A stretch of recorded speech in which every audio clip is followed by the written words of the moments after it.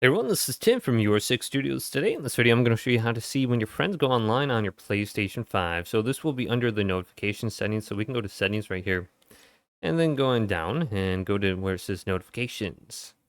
And then we will see the option for allow notifications. Just make sure this is turned on, and then this will be available for us to select when friends go online.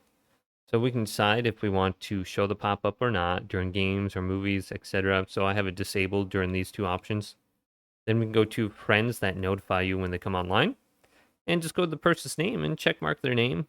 And then you can make sure you see them when they come online. So usually I just do this with close friends, and you can disable them under here as well. So just go to someone's name, press X on it, and that check mark will appear next to their name now. And then you'll get a notification that pops up when they come online. So hopefully this video did indeed help you guys out. If it did, leave a big thumbs up and subscribe to my channel down below for more checkout videos coming up next on Your Six Studios.